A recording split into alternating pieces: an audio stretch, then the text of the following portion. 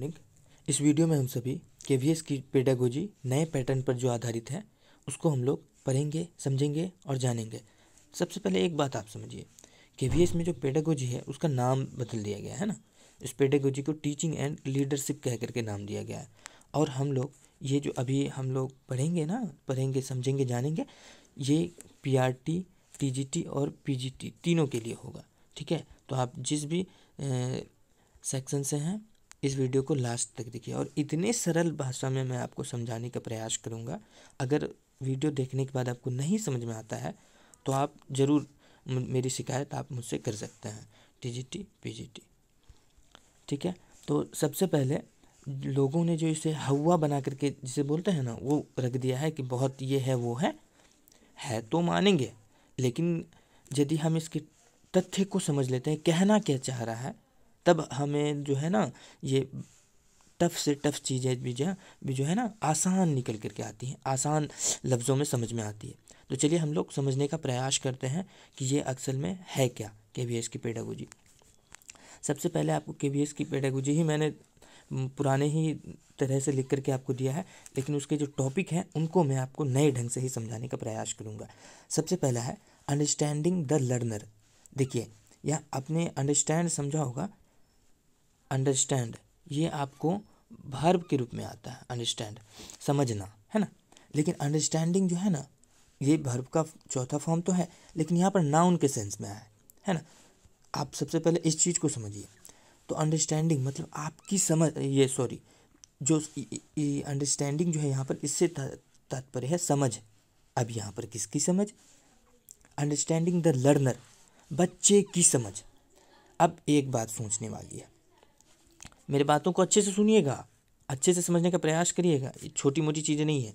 यदि ये आप समझ लेते हैं ना तो आपको, मैंने देखा है इसका क्वेश्चन प्रीवियस ईयर का, तो वो सबसे ज़्यादा जो मिस्टेक हो रहा है वो इसी चीज़ पर बच्चे कर रहे हैं, प्रशिक्षु कर रहे हैं कि तथ्य को नहीं समझ पा रहे कह क्या रहा है।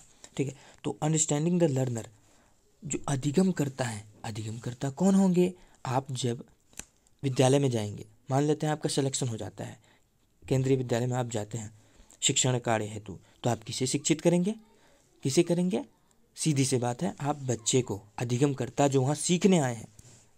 इनडायरेक्टली देखा जाए तो आप भी सीखने ही जा रहे हैं, लेकिन डायरेक्टली देखेंगे तो बच्चा सीखने आ रहा है, वे अधिगम करता कहलाएंगे। ठीक है, अब अधिगम करता की समझ, बच्चे की समझ एक शिक्षणकर्ता को क्यों जरूरी है? मतलब जो बच्चा है हमें इनडायरेक्टली रूप से ये कहा जा रहा है कि आप बच्चे को समझिए। ठीक है, बच्चे को समझना। अब एक बात बताइए, बच्चे को समझने क्यों कहा जा रहा है? थोड़ी देर के लिए बात समझिए। बच्चे को समझना इसलिए कहा जा रहा है क्योंकि हम कक्ष में जा रहे हैं, वहाँ शिक्षण अधिगम की गतिविधियाँ होंगी और वे बच्चों के ही साथ होंगी। तो जब तक हम बच्चे को नहीं जानेंगे, कक्ष की जो विविधताएं हैं, व्यक्तिगत विभिन्नताएं हैं, उसको हम नहीं समझेंगे, तब तक हम शिक्षण कार्य गुणवत्तापूर्ण ढंग से नहीं कर सकते हैं। इस बात को आप समझिए। जैसे हमारे कक्ष में एक 5 वर्ष, एक 6 वर्ष का भी बालक है, ठीक है, और एक 10 वर्ष का भी बालक है, एक ही कक्षा की बात कर रहे हैं, तो क्या दोनों की समझ एक जैसी होगी? बताइए, नहीं होगी। ये जो 10 वर्ष है, 10 वर्ष का बालक है या बालिका है, इसकी समझ कुछ अलग लेवल की होंगी, और जो 6 वर्ष का है उसकी समझ कुछ अलग लेवल की होंगी। ठीक है, तो इस बात को समझिए। तो इस चीज़ को यदि आप समझ लेते हैं तो कक्ष में जाने के बाद आपको ये परेशानियां नहीं होंगी। तो जो पहला यूनिट निकल करके आता है केवीएस पेडागोजी में, टीचिंग एंड लीडरशिप का 5 यूनिट में डिवाइड है। इसमें ये पहला यूनिट है अंडरस्टैंडिंग द लर्नर, जो कि 15 नंबर का है। इसी तरह से मेरा यह प्रयास रहेगा कि अंत तक जो ये 60 नंबर का है, हम इसका आपको टोटल कराने का प्रयास करें। मेरा यह प्रयास रहेगा। यदि ये वीडियो अच्छा रहता है, आप लोगों को समझ में आ जाता है, तो हम आगे भी प्रयास करेंगे। ठीक है, आगे देखिए, अंडरस्टैंडिंग द लर्नर, आपको ये तथ्य समझा दिया गया, अधिगम करता या छात्र या बच्चे, उसको एक शिक्षक को समझना है। ठीक है, अब आप ये समझ लिए ना, तो अब आपको ये ज़्यादा इतना जो तथ्य है ये समझने में वक्त नहीं लगेगा, आप तुरंत समझ जाइएगा। आप सबसे पहले इसमें आपके उसमें जो टॉपिक दिया हुआ है सिलेबस में, वो सबसे पहला टॉपिक है कॉन्सेप्ट ऑफ डेवलपमेंट। गौर से देखिए क्या है, डेवलपमेंट है ना कि ग्रोथ है, ये सॉरी ग्रोथ है ना कि डेवलपमेंट है, सॉरी मैंने गलत बोल दिया, ये ग्रोथ है ना कि डेवलपमेंट है, मतलब वृद्धि की समझ। अब वृद्धि की समझ क्यों, अभी हमने पिछले तथ्यों में बता दिया कि वृद्धि की समझ बच्चों में क्यों होनी चाहिए। चलिए अब हम लोग इस चीज़ को जान लेते कि ये असल में है क्या वृद्धि। तो देखिए, वृद्धि एक शारीरिक परिवर्तन, कैसा परिवर्तन, वैसे वृद्धि विकास का हिस्सा है। हम लोग इस चैप्टर में विकास नहीं पढ़ेंगे, ठीक ना, लेकिन थोड़ा सा आपको झलक दिखाना जरूरी है, परिवर्तन की प्रक्रिया, ये बात याद रखिएगा, ठीक है। आगे हम इस पर अभी आएंगे, इसलिए आपको घेर दिए हैं कि आप इसको दिमाग में रखिए। परिवर्तन, वृद्धि एक शारीरिक परिवर्तन की प्रक्रिया है जिसके अंतर्गत केवल मात्रात्मक, इस केवल से लेकर के यहाँ तक आप दिमाग में रखिए, केवल मात्रात्मक या परिमाणात्मक परिवर्तन होते हैं। चलिए अब हम लोग इसको समझते हैं, जिसको जिसको आपके लिए घेरे थे। सबसे पहली बात, सबसे आसान शब्दों में मैं आपको समझाने का प्रयास करूंगा, आसान से आसान भाषा में। अगर यहाँ नहीं समझ में, यहाँ बिल्कुल समझ में आ जाएगा, ठीक है। तो चलिए अब हम लोग चलिए सबसे पहले जो हम लोग देखते हैं परिवर्तन। परिवर्तन विकास में भी होता है और वृद्धि में भी होता है। चूँकि हमने ये बताया वृद्धि विकास का ही हिस्सा है, इसलिए जो परिवर्तन होता है वृद्धि में परिमाणात्मक मतलब फिजिकल होता है, जिसको आप देख सकते हैं, नाप सकते हैं, माप सकते हैं, कितना हुआ है आप मेजर कर सकते हैं, ये हुआ वृद्धि। और विकास में भी परिवर्तन होता है, क्योंकि हमने कहा वृद्धि जो है विकास का ही हिस्सा है, तो परिवर्तन वहाँ भी हो रहा है, लेकिन वहाँ जो परिवर्तन हो रहा है वो गुणात्मक ढंग से हो रहा है। हमने ये कह दिया है आपको, वृद्धि विकास का हिस्सा है, ये बात याद रखिएगा। अगर केवल विकास की बात पर पढ़ाई करेंगे हम लोग तो उसमें ये क्वांटिटेटिव और क्वालिटेटिव दोनों आ जाता है, याद रखिएगा। मात्रात्मक और गुणात्मक दोनों परिवर्तन होते हैं विकास में। और हम लोग पढ़ रहे हैं वृद्धि, तो हम लोग यहाँ बात करेंगे अब, ठीक है। वृद्धि में कैसे परिवर्तन होते हैं, शारीरिक परिवर्तन होते हैं, जिन्हें हम देख सकते हैं, नाप सकते हैं, माप सकते हैं, ठीक है। बातें आ गई हैं समझ में। अब हम लोग आगे देखते हैं कि असल में क्या कह रहा है। सीधी से एक बात समझ लीजिए, ये अच्छा पहले हम ये बता देते हैं, इसके बाद एक जो मेन बात है वो आपको समझाने का प्रयास करेंगे हम। इसके बाद यह एक शारीरिक परिवर्तन होता है। कैसा होता है, वृद्धि आपसे पूछा जा सकता है, वृद्धि की प्रकृति है, आपसे एक परीक्षा में पूछे जा सकते हैं, वृद्धि की प्रकृति है, कैसी है, गुणात्मक है, मात्रात्मक है, आपसे ए बी दोनों इस तरह से पूछा जा सकता है। तो कैसी है वृद्धि की प्रकृति, मात्रात्मक है या परिमाणात्मक है या क्वांटिटेटिव है, यहाँ हमने लिख दिया है क्वांटिटेटिव। देखिए अब होता है यह शारीरिक होता है, इसके अंतर्गत किस में परिवर्तन होता है, कैसे परिवर्तन होता है, शरीर के आकार में परिवर्तन होता है, वजन में परिवर्तन होता है, स्ट्रक्चर में परिवर्तन होता है। चलिए अब हम इस लाइन का हम आप लोगों को ये लिखा हुआ है इसका मतलब समझाते हैं। देखिए एक बच्चा जन्म लिया, ठीक है, वो अभी जब जन्म लेता है तो 1-1.5 फीट का बच्चा रहता है, 1-1.5 फीट या हाँ उसी आसपास का रहता है।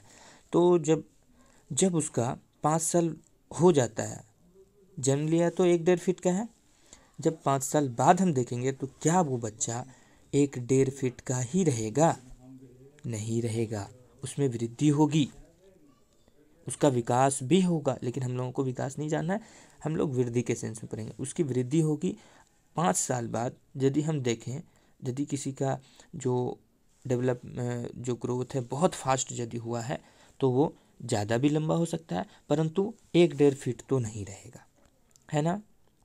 3 फीट के आसपास वो पहुंच जाएगा। तो इस तरह से हमें समझ में आ रहा है कि समय के अनुसार जो वृद्धि होती है, अब हमने क्या कहा, 1 फीट था वो 3 फीट हो सकता है, औसतन मैंने बताया है, ठीक है, 3 फीट हो सकता है। ये क्या है, हमने 3 फीट आपको नाप करके दिखाया ना, यही है वृद्धि, जिसे नापा जा सकता है। इससे आसान भाषा में भी अगर समझाया, इससे आसान भाषा में अब क्या हो सकता है समझाना आपको, बहुत ही सरल शब्दों में मैंने आपको समझाने का प्रयास किया है। ठीक है, अब देखिए इससे जो वृद्धि है उसमें उससे किसमें परिवर्तन आता है। आप लोग एक काम कीजिएगा, यहाँ पर करके फास्ट मोशन में वीडियो देख सकते हैं 3 डॉट पर क्लिक करके। ठीक है, अब आगे है इससे कैसे कैसे परिवर्तन होता है। लंबाई में, मोटाई में। कोई बच्चा जन्म के समय पतला रहता है, जब वही 5-10 साल बाद आप देखिएगा तो बहुत मोटा हो जाता है। ठीक है, अब वही 5-10 साल बाद कोई बच्चा बहुत मोटा था, फिर 2 साल बाद बहुत पतला हो जाता है। तो ये सारा चीज़ जो है किसमें दिखाता है, वृद्धि के ही अंतर्गत आता है। आकार में परिवर्तन होता है। इसे नापा जा सकता है। हमने बताया 2 फीट का था, 1 फीट का था, कुछ दिन बाद 5 साल बाद वो 3 फीट के आसपास का हो गया। एक समय के बाद यह रुक जाता है। ये सबसे बड़ा तथ्य है, इसको याद रखिए। ठीक है, अभी जो हम लिख रहे हैं, एक समय के बाद ये रुक जाता है। कौन, वृद्धि। ये परीक्षा में बिल्कुल यहाँ से प्रश्न आएगा, चूँकि आपके सिलेबस में मैच्योरेशन शब्द को लेकर के, मैच्योरेशन वर्ड को लेकर के बहुत डिस्कस किया गया, इसलिए इसको लापरवाही से मत लीजिएगा। हम जो समझा रहे हैं केवल आपके एग्ज़ाम पॉइंट ऑफ व्यू से ही लेकर के चल रहे हैं, पॉइंट टू पॉइंट चलना है केवल। ठीक है, अब आगे हम लोग देखते हैं मैच्योरेशन। ये कब रुकता है वृद्धि, यदि आपसे परीक्षा में पूछी जाए कब रुकता है, तो ये मैच्योरेशन के बाद रुक जाता है। और मैच्योरेशन कब आता है, मैच्योरेशन आता है एडोलेसेंस, जिसको किशोरावस्था बोलते हैं, वहाँ पर आने के बाद ये जो वृद्धि है वो रुक जाता है। आपके सिलेबस में मैच्योरेशन जो परिपक्वता टर्म है इसका बहुत ज़्यादा यूज किया गया है, इसलिए हम इस चीज़ को यहाँ पर हाईलाइट करके आपको दिखा दिए। आगे हम देखिए, जो वृद्धि है ये कैसा होता है, नैरो प्रक्रिया है, ये संकीर्ण प्रक्रिया है। जैसे विकास का क्षेत्र बहुत बड़ा होता है, ब्रॉड होता है ना, फिजिकल, कॉग्निटिव, सोशल, इमोशनल सारे पक्ष शामिल होते हैं। लेकिन इसमें जो वृद्धि होता है ये एक संकीर्ण प्रक्रिया है। इसमें केवल आकार में परिवर्तन है ना, लंबाई, मोटाई, इन्हीं में परिवर्तन है। तो ये एक संकीर्ण प्रक्रिया है। अब आगे देखिए, हम एक उदाहरण आपके सामने प्रस्तुत कर दिए हैं। जन्म के समय बच्चे का औसत वजन 3 से 5 केजी के बीच रहता है, परंतु 5 वर्ष बाद 15 से 20 केजी, ये एक औसत है। ठीक है, औसतन वजन 15 से 20 केजी के आसपास हो जाता है। ये किसे दर्शाता है, ये वृद्धि को दर्शा रहा है। और एक सबसे बड़ी चीज़ जो मैं आपको बताना चाह रहा हूँ वो ये देखिए, शरीर के जो वृद्धि है उसके अंतर्गत शरीर के आकार, वजन, संरचना में परिवर्तन होता है, न कि कार्य, व्यवहार अथवा गतिविधियों में परिवर्तन। इस बात को दिमाग में बैठा लीजिए अच्छे से। जब आपको विकास टर्म दिया जाएगा तो ये आएगा कार्य, व्यवहार, गतिविधि। विकास से इनमें परिवर्तन होता है, विकास से तो इनमें भी होता है और इनमें भी परिवर्तन होता है। लेकिन अगर केवल वृद्धि और विकास देकर के अलग अलग किया जाएगा, ग्रोथ और डेवलपमेंट दे करके दिया जाएगा, तो डेवलपमेंट में ये आएगा और ग्रोथ में ये आएगा। आई बातें समझ में?